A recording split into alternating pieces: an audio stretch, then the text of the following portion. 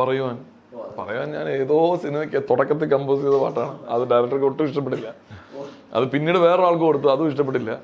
അവസാനം ആ പടം ഇങ്ങനെ ആരോ ചെയ്ത് മാറി ഫിനിഷ് ചെയ്യാതെ ആ പാട്ടിൽ ഷൂട്ട് ചെയ്ത് വന്നിരിക്കുക. ഞാൻ പറഞ്ഞു എൻ്റെ ഒരു പാട്ടുണ്ടെന്ന് ഇട്ട് നോക്കാം, കുറച്ച് കണ്ടംപററി ആണ്, എനിക്കൊന്ന് വർക്കാവും തോന്നുന്നു. അപ്പോൾ അതിൽ മോതിരം കൈമാറാൻ എന്നുള്ള ലിറിക്സ് വരെ പെർഫെക്റ്റ് ആയിട്ട് സിങ്ക് ആവുന്നു.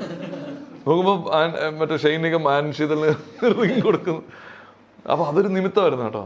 അത് വേറെ 2-3 പടങ്ങൾ മാറി വന്ന് അവസാനം ഇഷ്കിൽ ലാൻഡ് ചെയ്ത പാട്ടാണ്. അത് അനുരാജ് കറക്റ്റായിട്ട് സ്പോട്ട് ചെയ്ത് കുറച്ച് ലിറിക്കലി ഒക്കെ മാറ്റി, കുറച്ച് മ്യൂസിക്കലി ഞങ്ങൾ മാറ്റി ചെയ്തതാണ്.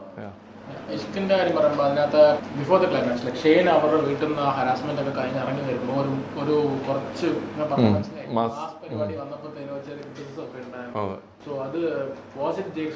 അല്ല, അത് അനുരാജും ഞാനും കൂടെ ടുഗദർ എടുത്തതാണ് കേട്ടോ. പക്ഷെ എനിക്ക് അതിലൊരു ബുദ്ധിമുട്ടുണ്ടായിരുന്നു. പക്ഷെ അവസാനം ഞങ്ങൾ അത് ഡിസൈഡ് ചെയ്തു, ആ റോങ്ങിനെ അല്ല ജസ്റ്റിഫൈ ചെയ്യുന്നത്, അവന്റെ എക്സസി ആണ് അത്. റിവഞ്ച് എടുക്കാൻ പറ്റിയതിനുള്ള എക്സസി ആണ് ആക്ച്വലി ആളുകൾ ഇന്റർപ്രറ്റ് ചെയ്തത്.